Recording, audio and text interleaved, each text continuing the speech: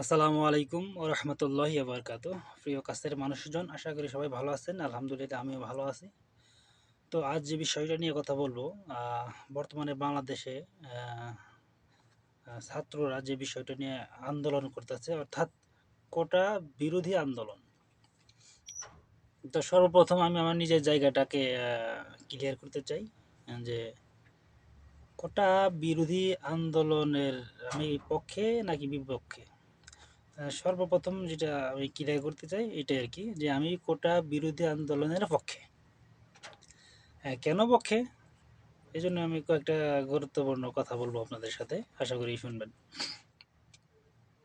হ্যাঁ, আমি অবশ্যই সম্মান করি আমাদের মহান মুক্তিযুদ্ধে যারা প্রাণ দিয়েছেন, তাদেরকে অবশ্যই সম্মান করি এবং তাদের আত্মার মাগফিরাত কামনা করি। মহান আল্লাহ তাআলা যেন তাদের সমস্ত গুনাহকে মাফ করে জান্নাতের সুউচ্চ মাকাম দান করেন এবং তার পরিবার, সংসপ্ত পরিবারের যারা শোকাহত পরিবার, তাদের পরিবারকে আল্লাহ তাআলা হেফাজত করুন। তাদের পরিবার বর্গকে যেন আল্লাহ তাআলা সুস্থতা দান করেন। সব মিলিয়ে যেন তারা ভালো থাকে। তো যে বিষয়টা নিয়ে আমি বলবো যে আসলে কোটা বিরোধী আন্দোলন যৌক্তিক নাকি অযৌক্তিক, এ বিষয়ে কথা বলার চেষ্টা করব। আমি আমি যেহেতু মানুষ, আমার ভুল হতে পারে, আমি ভুলের ঊর্ধ্বে নয়। তো মূল কথায় যাই, যে বাংলাদেশে প্রায় 18 কোটি কম বেশি মানুষ বর্তমানে। তো 18 কোটি মানুষের মধ্যে খুব কম সংখ্যক এখন আছে যে মুক্তিযোদ্ধাদের পরিজন পরিবারবর্গ, খুব কম সংখ্যক। যখন মুক্তিযুদ্ধ সংগঠিত হয়েছিল, তখন বাংলাদেশে মোট জনসংখ্যা ছিল 7 কোটি, আর এখানে হয়েছে প্রায় 18 কোটি, কয়েক গুণ বেড়ে গেছে। তো এখানে দেখা গেল যে সাধারণ যারা জনগণ আছে, যারা চাকরি প্রত্যাশী, এর ম্যাক্সিমাম দেখা যাচ্ছে তারা ওই মুক্তিযোদ্ধার পরিবার বর্গ না, পরিবারের বাইরে। তো ম্যাক্সিমাম মানুষ তারা তো বাঙালি, তারা তো বাংলাদেশি, তো তাদের চাকরি করার অধিকার অবশ্যই আছে বাংলাদেশে। আচ্ছা, যখন যখন বাংলাদেশের ম্যাক্সিমাম মানুষ মুক্তিযোদ্ধাদের পরিবারের সদস্য না, ম্যাক্সিমাম মানুষ, বেশিরভাগ মানুষ মুক্তিযোদ্ধাদের পরিবারের মানুষ নয়, সদস্য নয়, সেক্ষেত্রে তাহলে যদি মুক্তিযোদ্ধাদের কোটাটা যদি বেশি হয়ে যায় তুলনামূলকভাবে, তাহলে যারা সাধারণ মানুষ আছে তারা কিভাবে চাকরি করবে, কিভাবে চাকরি তাদের তো সম্ভব না চাকরি পাওয়াটা, যেহেতু তারা সংখ্যায় বেশি। আর মুক্তিযোদ্ধা দের আমি অসম্মান করব না, আগেই বলে নিয়েছি তাদের প্রতি আমার সম্মান। তো বর্তমানে আমি আন্দোলনের কয়েকটা বিষয় আমি দেখলাম আর কি, যে যারা আন্দোলন করতেছে তারা কিন্তু একদম ঢালাওভাবে মুক্তিযুদ্ধ কোটাকে বাদ দিতে বলছে। এইটা এইটার যে একটা সংখ্যা আছে, এই সংখ্যাটা একটু কমিয়ে নিয়ে আনতে বলা হচ্ছে আর কি, কমাতে বলা হচ্ছে। মানে এখানে কোটা কিন্তু অনেক আছে, মুক্তিযোদ্ধা শুধু একটা কোঠা না, মুক্তিযোদ্ধা কোঠা, মহিলা কোঠা, পোষ্য কোঠা, আনসার কোঠা, উপজাতি কোঠা, প্রতিবন্ধী কোঠা, এরকম সব কিছু 56% আর সাধারণ হচ্ছে কি মাত্র, তাহলে 44%। এত বৃহৎ একটা অংশর জন্য 44% দিয়ে সরকার দিয়েছে, আর সংখ্যা সংখ্যালঘুদের জন্য দেওয়া হয়েছে বেশিরভাগ। মানে বলো, তাহলে ব্যাপারটা এরকম হয়েছে যে একটা পরিবারে সদস্য সংখ্যা হলো 8 জন, তাদের জন্য 1 কেজি চাল বরাদ্দ করা হয়েছে। আর একটা পরিবারে সদস্য সংখ্যা 4 জন, মানে অর্ধেক, এর জন্য 2 কেজি বরাদ্দ করা হয়েছে। ব্যাপারটা এরকম আর কি। যেহেতু মুক্তিযোদ্ধা এবং তাদের কম, ওরা তাদের জন্য এত কেন রাখা হয়েছে? তা আমার ব্যক্তিগত মতামত যেটা, সেটা হচ্ছে শুধু একটা মাত্র কোটা বা 2টা মাত্র কোটা থাকতে পারে, সেটা হচ্ছে প্রতিবন্ধী কোঠা, এই কোঠাটা থাকতে পারে, ঠিক আছে। তারপরে উপজাতি কোঠা, এটা বিবেচনায় দেখবেন।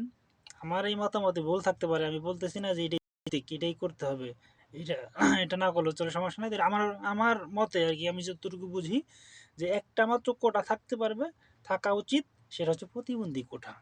আর কোনো কোটা নেই। সবাই সাধারণ মানুষ, সবার মেধার জোরে যদি কেউ ওই জায়গায় পৌঁছাতে পারে, সে চাকরি পাবে। শেষ, এখানে আর কোনো কথা নাই। কিসের কোটা? আপনি মুক্তিযোদ্ধাদের সম্মান করতে চান, করেন, তাদের ভাতা বাড়াই দিছেন, কেউ কোনো আন্দোলন করে নাই, কথা বলে নাই। তাদেরকে একটা বাড়ি করে দিছেন, কেউ কথা বলে নাই, ভালো করছেন, ভাবা আছে। আপনি যদি তাদের সন্তানদের একটা আরেকটা বাড়ি বানাই দেন, না এটা কিন্তু জনগণের করবে না, কেউ না করবে না। এবং আপনি তাদের নাত করে নাতিপতিদেরকেও আপনি সহযোগিতা করতে চাচ্ছেন, এই কোঠা দিতে চাচ্ছেন, কোঠা দেন না, আপনাদের বাড়ি বানাই দেন, 10 লাখ টাকা দেন, বিজনেস করুক। চাকরির ক্ষেত্রে যদি সাধারণ মেধা দিয়ে প্রকৃত করে, আর যারা আছে তাদের সাথে যুক্ত করে, সে যদি চাকরি পাবে, আর এই সুযোগটা করে এই বাংলায় একটা স্লোগান দিতেছে। তো বঙ্গ নিজেই তো বলছে যে আমার বৈষম্য চলবে না, সবাই আমরা ভাই ভাই, ভাইয়ের মধ্যে আবার কেন থাকবে? এতদিন কেউ কোনো কথা বলে না, তো বিবরণে প্রয়োজন সাপেক্ষে দাবি হচ্ছে কোঠা আন্দোলন, কোঠা দিতে হবে। সাধারণ জ্ঞানে যারা জায়গায় উপর কথা, সবার কথা, তারা যে আন্দোলন করতেছে এটা কিন্তু অযুক্তি।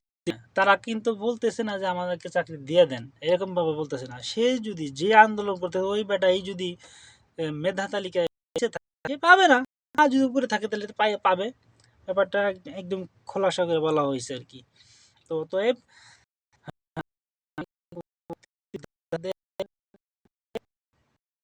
ওই ক্ষেত্রে বাদ দিয়ে দিয়ে দেন, করুক বা মেধা তালিকা, যদি আপনার এতই সরকারের যদি এত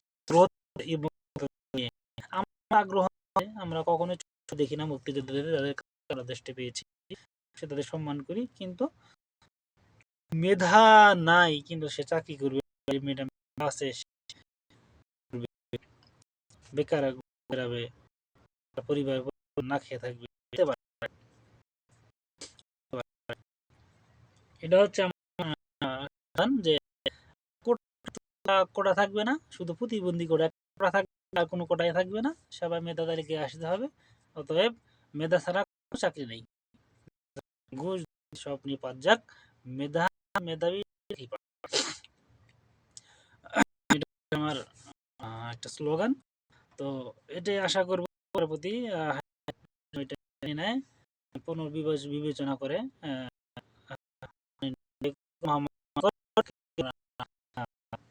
অনুরোধ জানাই। এটা